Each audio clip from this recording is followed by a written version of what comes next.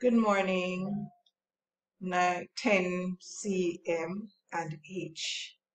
Welcome to Social Studies class with Mrs. Campbell. We will be going through the lesson that was sent through the WhatsApp group last week. And then come Wednesday, I will post the link for the quiz. And so let's get into it. So we're looking at the individual and society. That's the theme, the section of the syllabus we are. And we, of course, are looking at the structure of government, the first section that is. And we will be looking or trying to achieve the following objectives. We would like to describe the structures of government in the British Caribbean. We would hope to explain what is meant by separation of powers, as well as we would want to identify the functions of the legislature and the executive. So whenever you see objectives and whenever you start to do something, you must have a goal or some objective that you want to meet. So these are the objectives we want to meet for this particular lesson. And at the end, we should be able to see and to assess whether or not we're able to achieve our goals. Structures of government. All right, so every society has a form of government. All societies need a form of government. It doesn't matter the type of government, it does matter, but in terms of it can be any type of government. The important thing is there is a system of government. It might be different from the ones you know or from the one we have in Jamaica, but still it is a system.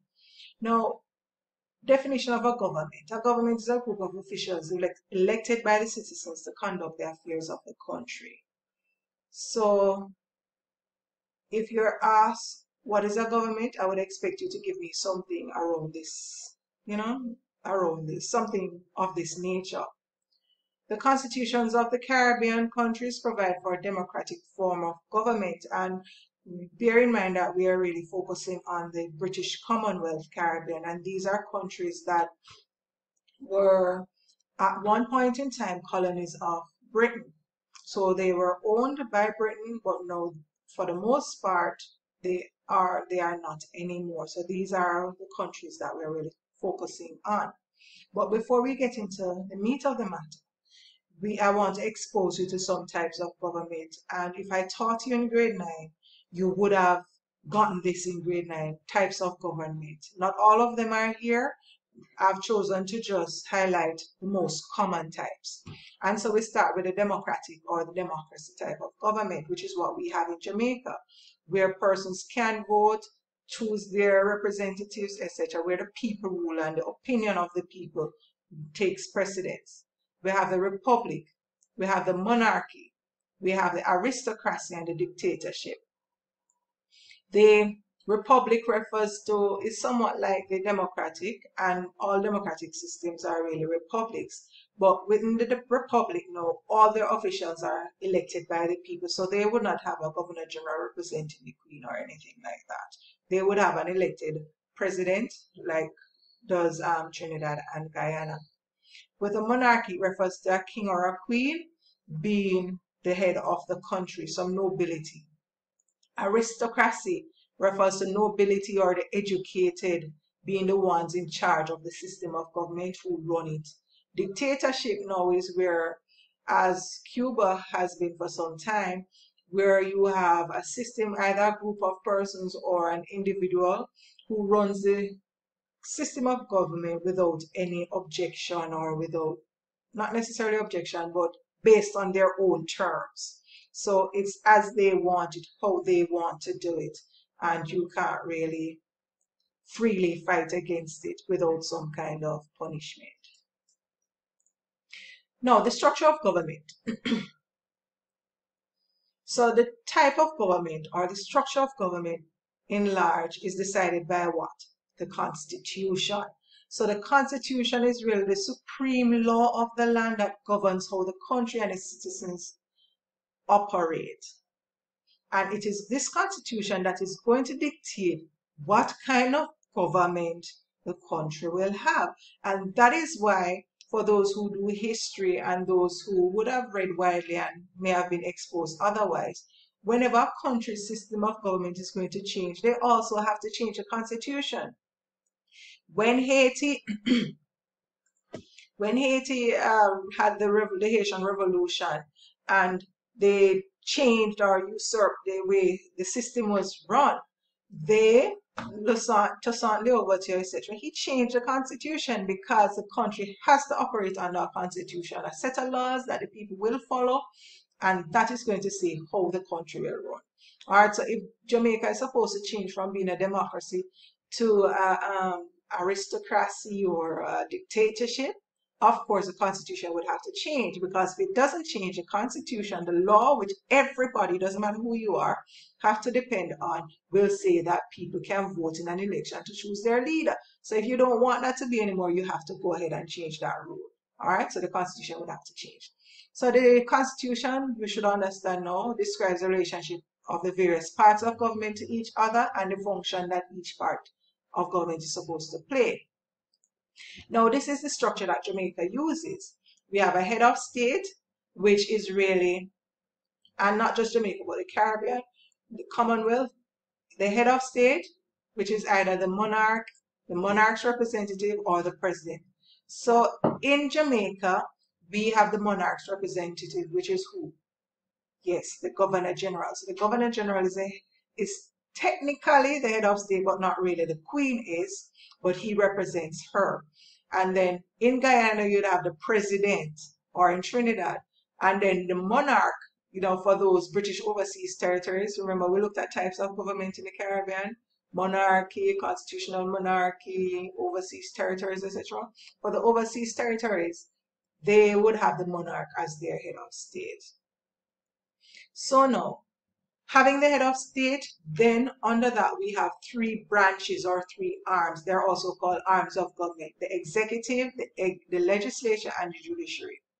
The executive is where you run the business part, the affairs of the country. So policies are made, how things will be done, all of that. The effective running of the country on a day-to-day basis is done from this, and this takes in the cabinet, right? The ministers with their portfolios, ministers of agriculture, education, etc. And then you have the legislature now, which is the parliament, and the parliament makes laws, changes laws, repeals laws, etc. Gets rid of laws that are no longer relevant. The judiciary, we'll talk some more about each of them. The judiciary now is the court arm. This is where the law is enforced, and this is taken in the court section, the judiciary, the courthouses, judges, judiciary, etc. Separation of powers. You notice that each branch, 1, 2, 3, even though they're all related and joined to the head of state, each one of them is separate and independent. That's what we're referring to when we talk about separation of powers. None of them is dependent on the other entirely. So each branch has a specific function and powers and should function independent of the other. And they also check up on each other.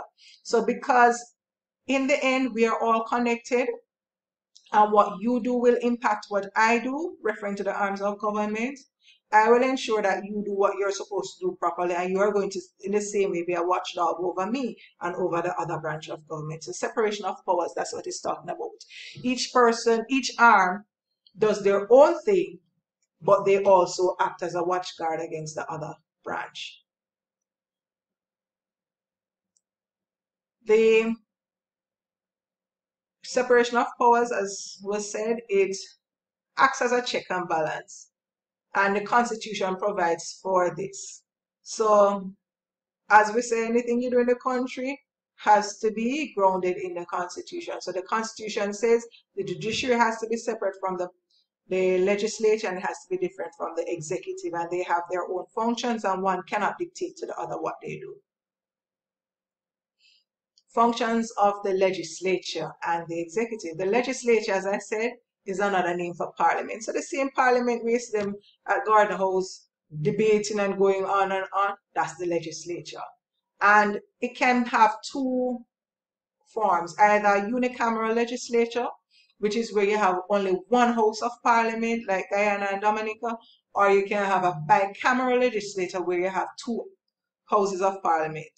Jamaica has a bicameral legislature, and pretty much the rest of the Commonwealth Caribbean except Guyana and Dominica. So you have an upper house and a lower house.